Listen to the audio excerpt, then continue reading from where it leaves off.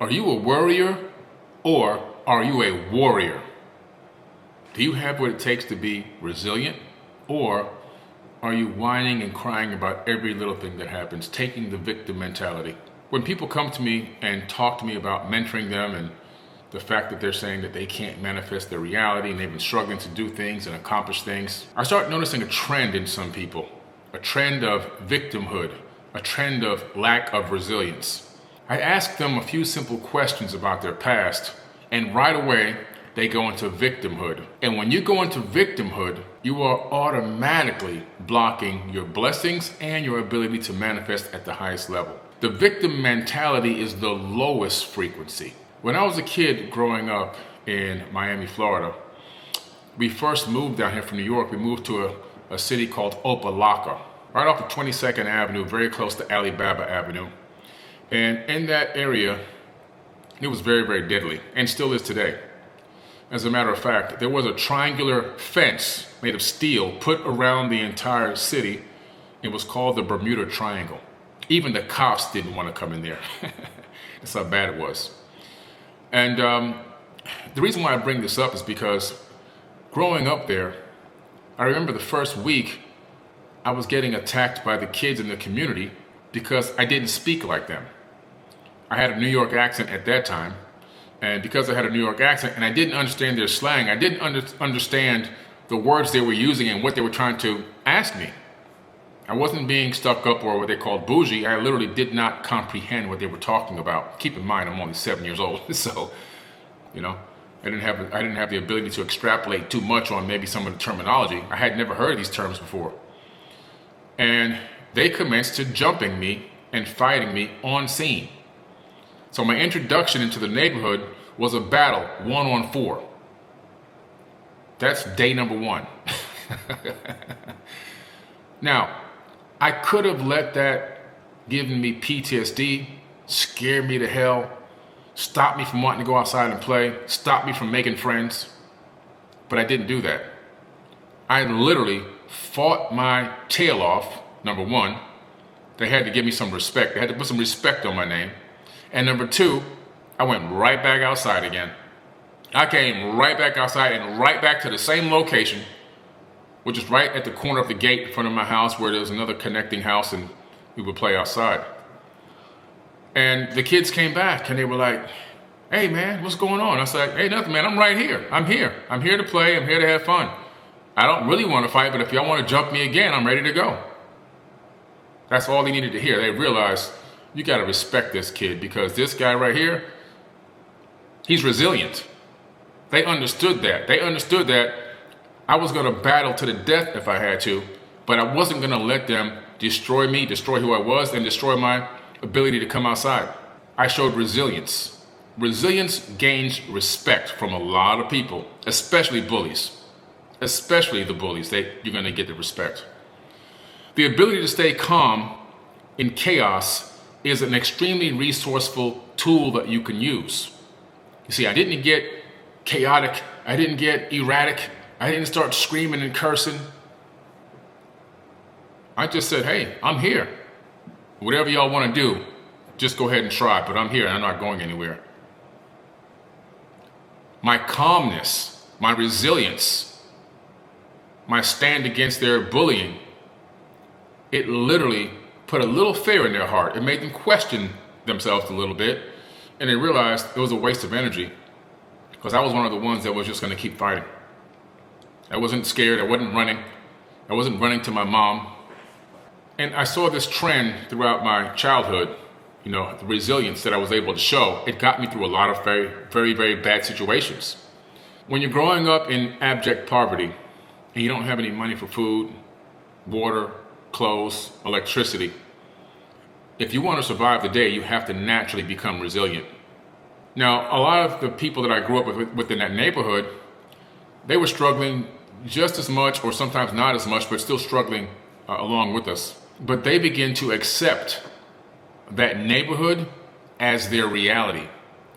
They began to literally accept that situation and condition as normal. Fortunately for me, I had seen another side of life. Coming from New York, living in my grandmother's attic and seeing food on the table, seeing electricity, seeing clean running water, seeing, friends outside that you can go and play with that weren't going to try to attack you. Being able to have money to go to an ice cream truck and get ices, Italian ices and so forth. I had seen a different perspective. So when I was immersed in that ghetto, in my mind, I already had a stretched mind to a different perspective, a different level. Now, I could have still acquiesced, and I could have still let that new condition become my new norm, but I didn't do that. I strove and I fought to get out of that condition and out of that situation. I persevered through my resilience.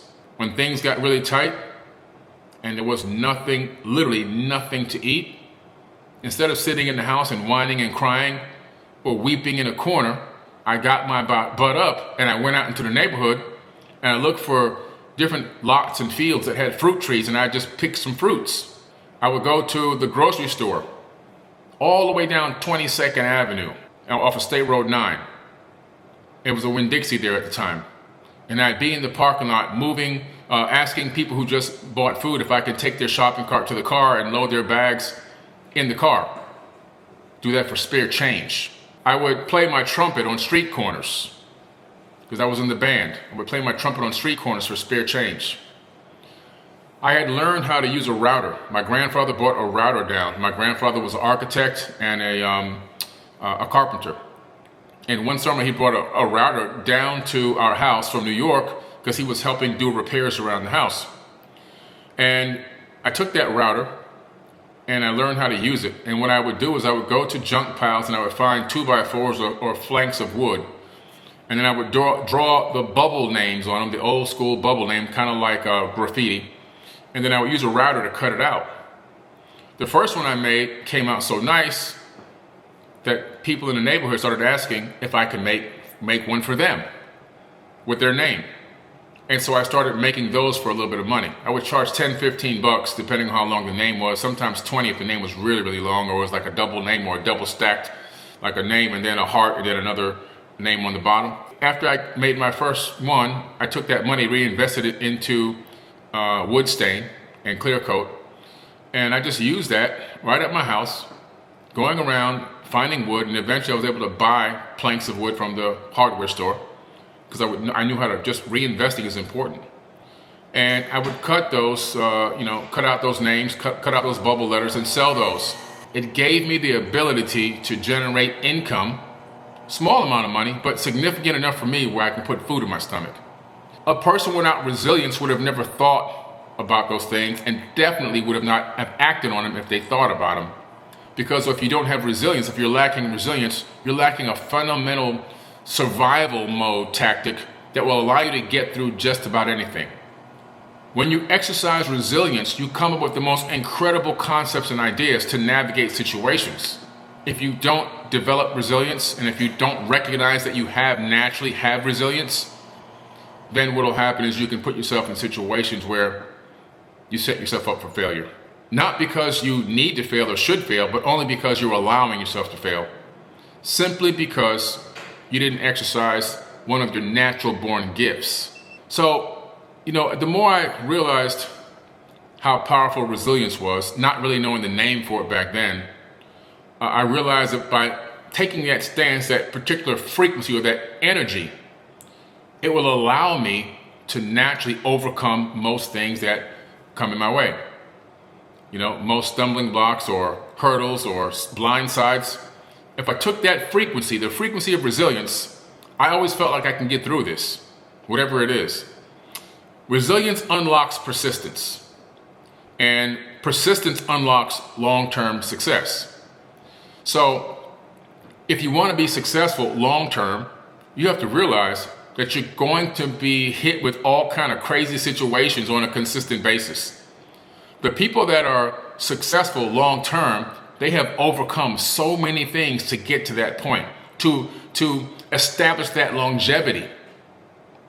You won't be able to establish longevity in anything unless you exercise resilience. Resilience will then lead you to persistence, because when you become resilient, you're saying, no, I'm drawing a line in the sand. You will not stop me. I will not allow this to hold me back.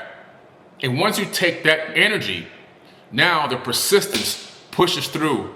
I don't care if it's a 20-foot thick brick wall. Your persistence is gonna knock away and chip away at that wall until you can get through it.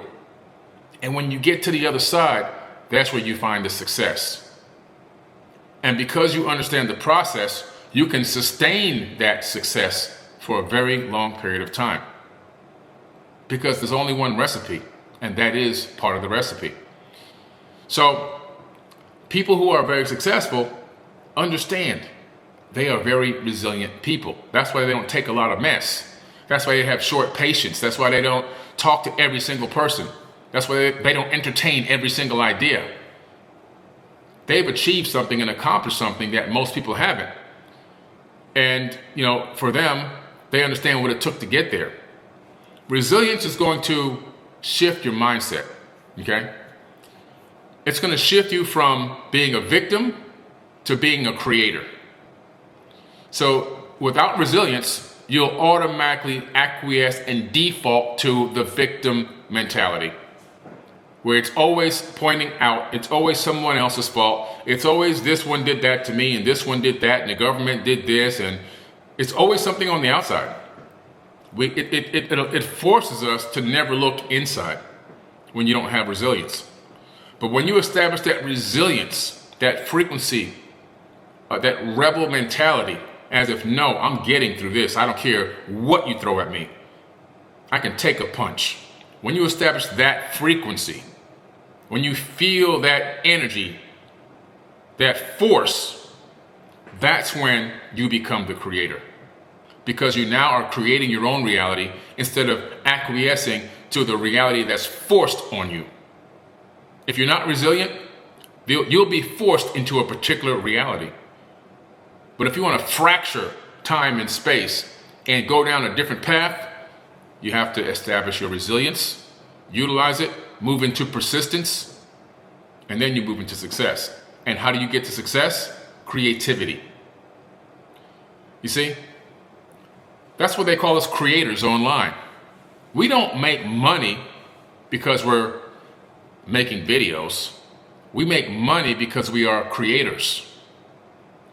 Your creativity generates your revenue. Your creativity generates your income. It's the creativity that's creating all of this. Without creativity, hardly anything would exist in the third dimension. We wouldn't have a lot of man-made things. We wouldn't have different types of shoes and different types of clothing, different types of cell phones, different types of, eyeglasses. No matter what you look at, there are many, many versions of those things. Why? Because of creativity. And because of creativity, people have bought different creative things that came from conscious thoughts.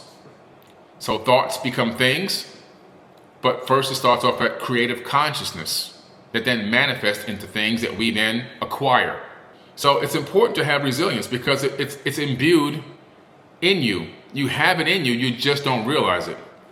When people see you rise after falling down, man, ooh, they can't stand that. That really gets them. They really can't stand. They love to see you fall. People who you thought were your greatest friends, people who you thought were your loved ones, people who lived in your own household, people around you, relatives, friends, family members. Not all of them, but I'm telling you, some of them would love to see you fall. And they will revel in that fall. And they will grovel in it. They would just love it. It's some type of dark human construct for people that have never achieved great things in life, that they don't understand that there are other ways to operate. There are other frequencies, higher frequencies to operate at. And because they themselves are suffering, they want to see other people suffer as well. One of the things that happened to me just last year, I took a blow. I took a universal size punch. It came at me full steam ahead. Boom! It rocked me back for a second, I'm not gonna lie. It rocked me back, but I came right back. And they was like, damn, this guy didn't fall down. And they came again, boom, boom. And I was like, boom, boom. It was like, damn, he's still standing up. Then they came back again, boom, boom. Now I'm evading. Oh, wow. We can't even stick him no more. This guy's on a rope. He doing rope-a-dope now. We can't even touch his face. Let's go to the body blow. I'm blocking. I'm blocking now. What's going on here? My resilience kicked in. And when my resilience kicked in, everything they tried to do to bring me down at the highest level, it failed. And it failed miserably. And don't think they're not still plotting, because trolls and haters will plot on you 24/7. They will wake up thinking about you and go to sleep thinking about you. But they brought the universe and it didn't work because of my resilience. And you have the same power as well. Don't allow situations destroy you. Don't allow the illusion of problems that look like they have no solution to destroy you. Everything has a solution. You just have to figure it out. It's like a Rubik's Cube, right? You just have to find the code. The code's there. The code is inside of you.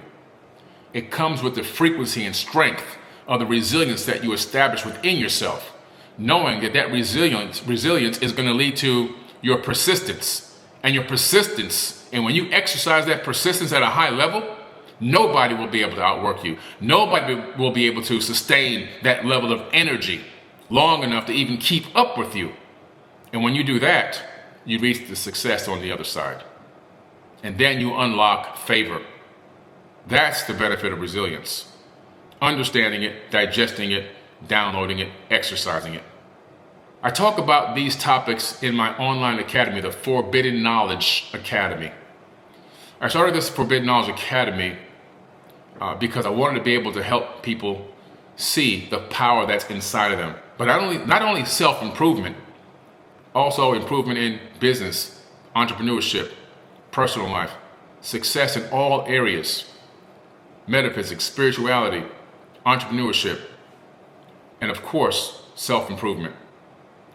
If you want to join over 1,000 incredible leaders in the Forbidden Knowledge Academy, click the link in the caption, in the live chat, or in my story, and make sure you join the Forbidden Knowledge Academy today.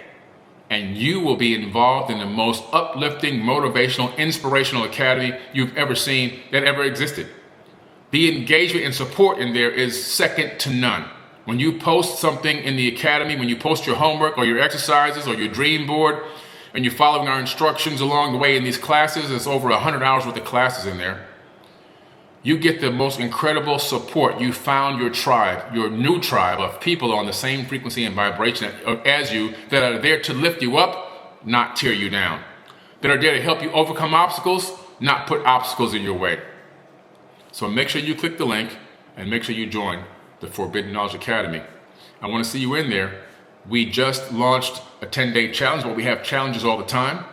We have great giveaways as well for people showing their ability to persevere and be resilient and achieve success in the academy. We give away amazing, amazing gifts in there at no cost. So make sure you guys go to the Forbidden Knowledge Academy, and I'll see you in there.